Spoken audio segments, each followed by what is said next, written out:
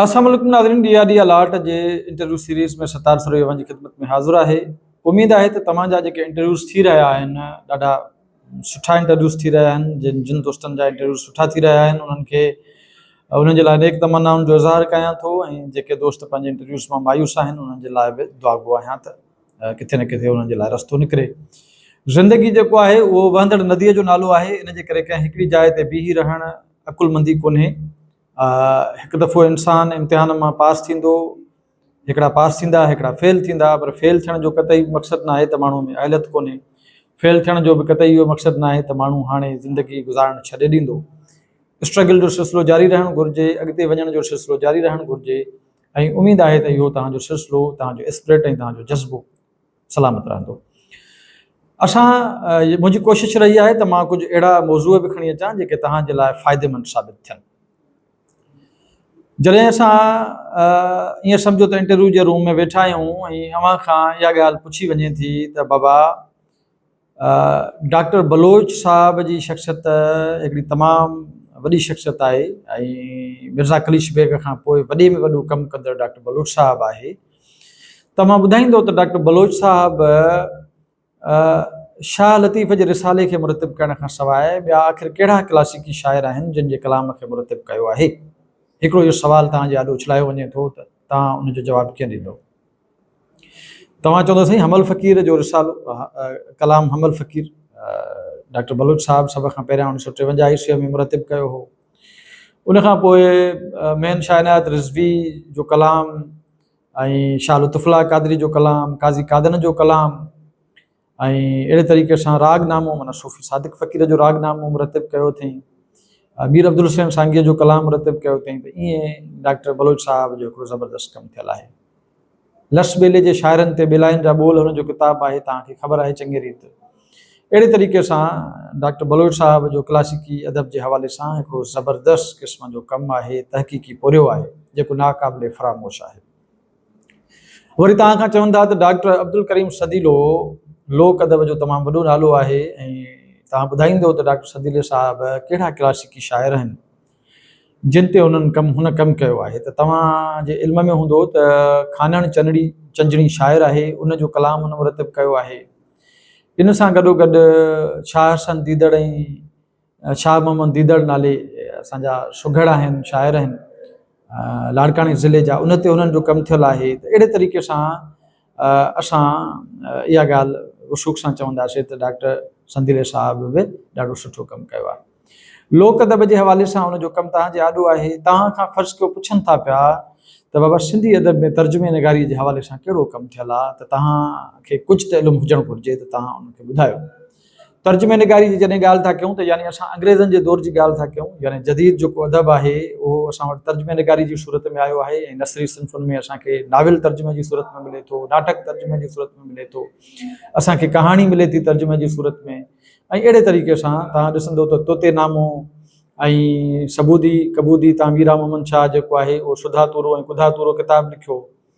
अहिड़े तरीक़े सां तव्हां ॾिसंदो त तोते नामे वारो जेको किस्सो आहे उहो बि उधाराम जेको आहे उहो तर्जुमो कयो ॿाहिरें अदब मां। अहिड़े तरीक़े सां अलुफ़ लैला जो दास्तान बि असां वटि तर्जुमो थियल आहे। अच्छा, तव्हां खां पुछंदा बाबा हीअ अलुफ़ लैला आहे छा? तव्हां चवंदो साईं इहो हिकिड़ो दास्तान आहे, ऐं अलुफ़ लैला मां छा मुराद आहे तव्हांखे चवंदा, तव्हां चवंदासीं अलुफ़ लैला बेसिकली अलुफ़ माना हज़ार ऐं लैला माना राति, हज़ार रातियुनि जो दास्तान आहे। अच्छा बाबा इनखे ॿियो छा चवंदा आहिनि? बाबा इनखे हज़ार दास्तान चवंदा आहिनि। छाजे करे चवंदा आहिनि? जो तव्हां चवंदो साईं इहो हज़ार रातियुनि जो दास्तान आहे, इन जे करे हिनखे अलुफ़ लैला चवनि था।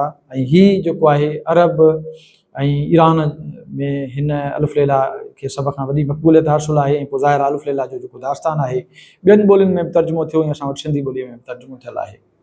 अलुफ़ लैला जो जेको दास्तान आहे कंहिं हिकिड़े ख़्याली तसवुराती हिकिड़े अहिड़े बादशाह सां तालुक़ु रखंदड़ आहे, जंहिं बादशाह सां जॾहिं संदसि ज़ाल बेवफ़ाई करे थी त उनजे इंतकाम तौरु उन ज़ाल खे मारे थो छॾे, ऐं पोइ हर राति शादी करे थो, ऐं हर राति हिकिड़ी नई कुंवारी औरत सां शादी करे उनखे इस्तेमालु करे सुबुह जो उनखे मारे थो छॾे पियो। जॾहिं वारी वज़ीर जी धीउ जी हूंदी आहे त वज़ीर जी धीउ ॾाढी चालाक ऐं सियाणी हूंदी आहे, उन सां बादशाह जी हिन जी शादी त थींदी आहे, पर उहा जेका वज़ीर जी धीउ आहे उहो अकुल जो मुज़ाहिरो कंदी आहे ऐं बादशाह सां रिहाण करण वक़्तु उनखे हिकिड़ो किस्सो ॿुधाईंदी आहे दिलचस्प, ऐं उन किस्से में एॾो त मंड ऐं एॾो त असरु ऐं एॾो त तासीर हूंदो आहे, एॾो त तजसुस ऐं सस्पेंस हूंदो आहे जो बादशाह खां ॿियूं सभु ॻाल्हियूं विसरी वेंदियूं आहिनि। उहो किस्सो ॿुधंदो आहे ऐं वरी जॾहिं सुबुह थींदो आहे त उहा जेका राणी आहे, जेका वज़ीर जी धीउ आहे, उहा किस्से खे ख़तमु कंदी आहे, चवंदी आहे बाक़ी सुभाणे। माना अहिड़ी रीति हर राति जेको आहे उहो बादशाह जेको आहे सो किस्सो ॿुधंदो आहे, दास्तान ॿुधंदो आहे, ऐं ईअं हज़ार रातिनि ताईं इहा वज़ीर जी धीउ बादशाह खे एंगेज रखंदी आहे त जीअं उहा क़तल थियण खां बची वञे। त हीउ जेको किस्सो आहे हिनखे वॾो क्लासिक किस्से जी हैसियत हासिलु आहे ऐं हिन जे बारे में पॉसिबल आहे तव्हां खां सुवाल पुछनि, पर मुंहिंजे ज़हन में आयो त मां तव्हां सां इहो वंडे बि छॾी ॻाल्हि। जॾहिं तर्जुमे निगारी जी ॻाल्हि था कयूं त सिंध में असां वटि मोहम्मद इब्राहिम जोयो, अता मोहम्मद बमरो, फज़ल अहमद बचाणी ऐं मोहम्मद उस्मान डीपलाई, काज़ी खादिम ऐं अहिड़ा ॿिया बेशुमार असांखे यूसुफ सिंधी तर्जुमे निगार आहे, मुमताज़ बुखारी सूफ़ीअ जी दुनिया उन तर्जुमो कयो। त ईअं माना असां वटि तर्जुमे निगारनि जी हिकिड़ी पूरी फ़हिरिस्त आहे। तव्हां ॾिसंदो त हिकिड़ा ज़बरदस्त तर्जुमा निगार आहिनि। वलीराम वल्लभ साहिबु असां वटि तर्जुमे निगार आहे। नजम अब्बासीअ तर्जुमा कया आहिनि। ॻाढ़ो लालटीन ऐं ज़िलज़िलो जे नाले सां किताब नजम अब्बासी जा आहिनि, तर्जुमो थियल। अहिड़े तरीक़े सां वलीराम वल्लभ साहिबु जे तर्जुमे जे हवाले सां असां ॾियूं त गद्दार नाविल उनजो तर्जुमो थियल आहे ऐं सीता हरण जेको आहे उहो उनजो तर्जुमो थियल आहे। बंद दरवाज़ो उनजो तर्जुमो थियल आहे। अहिड़े तरीक़े सां तव्हां ॾिसंदो त वलीराम वल्लभ कुरतुल हैदर जो नाविल ऐं उहो बि तर्जुमो कयो आहे। त ईअं वरी जॾहिं असां फज़ल अहमद बचाणी साहिब जे तर्जुमे निगारी ते ईंदासीं त असांखे ॾिसंदासीं त हिन सिद्धार्थ जो तर्जुमो कयो, हरमन हेस जो जेको नाविल आहे सिद्धार्थ उनजो तर्जुमो कयईं, आछी जो तर्जुमो कयईं ऐं इन सां गॾोगॾु फज़ल अहमद बचाणी साहिब जा ॿिया बि तर्जुमो थियल काफ़ी किताब हूंदा, तव्हांखे मिलंदा, तव्हां हुनजो थोरो मुतालो करे वञिजो। मोहम्मद इब्राहिम जोए ते असां अॻु में बि ॻाल्हाए आया आहियूं। जोए साहिबु फ़िक्र जी आज़ादी ऐं इल्मु तदरीस मज़लूमनि जे लाइ ऐं अहिड़े तरीक़े सां बेशुमार बहकरी साहिब जा मज़मून उहो तर्जुमो कयईं। त ईअं बाक़ाइदा जोए साहिब जा बेशुमार किताब, फ़लसफ़े जी तारीख़, फ़लसफ़े जो इब्तिदाई कोर्स, इहे सॼा जोए साहिब जा तर्जुमो थियल आहिनि ऐं हिकिड़ो वॾी किताबनि जी खेप आहे जोए साहिब जी जेके तर्जुमो थियल आहिनि। अहिड़े तरीक़े सां तव्हां ॾिसंदो त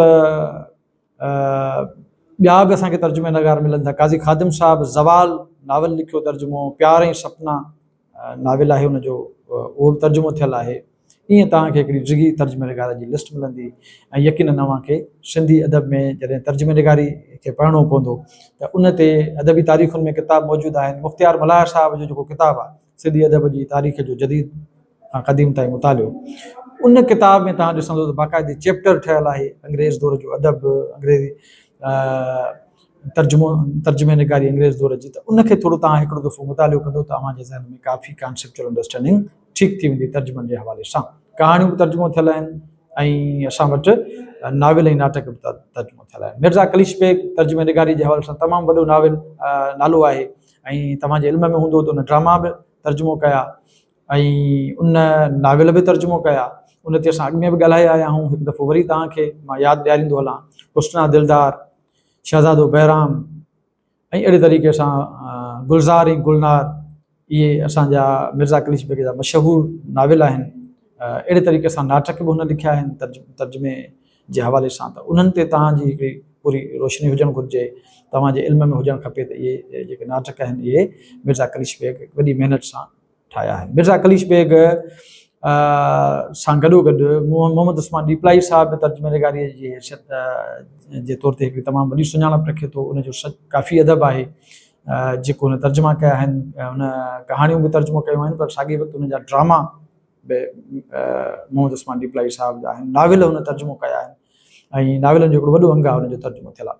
जॾहिं डीपलाई साहिब जी ॻाल्हि थींदी तव्हां खां इहो पुछंदा त बाबा डीपलाई साहिबु जेको आहे हिकिड़ो वॾो अफ़साना निगार आहे, तव्हां ॿुधाईंदो त हुन केतिरा अफ़साना लिखिया आहिनि ऐं उन घणा अफ़साना हुनजा कंहिं ते लिखियल आहिनि। त तव्हां चवंदो साईं डीपलाई साहिबु जॾहिं असां अदबी तारीख़ पढ़ूं था त असांखे डीपलाई साहिब जो कुल अफ़साननि जो अंग को 126 मिले थो ऐं उन्हनि मां वरी 100 अफ़साना अहिड़ा आहिनि जेके डीपलाई साहिबु रुॻो मुर्शिदनि जे लाइ लिखिया आहिनि, मुर्शिदनि जे ख़िलाफ़ु, नकली मुर्शिदनि ख़िलाफ़ु जेको मज़ाहमती अंदाज़ अपनायो आहे उहो जहिड़ो मोहम्मद उस्मान डीपलाई साहब अपनायो आहे अहिड़ो शायदि ई कंहिं असांजे अदीब अपनायो हुजे। माना मोहम्मद उस्मान डीपलाई साहब खे असां हिकिड़ो मज़ाहमती अदीब तसवुरु कयूं था।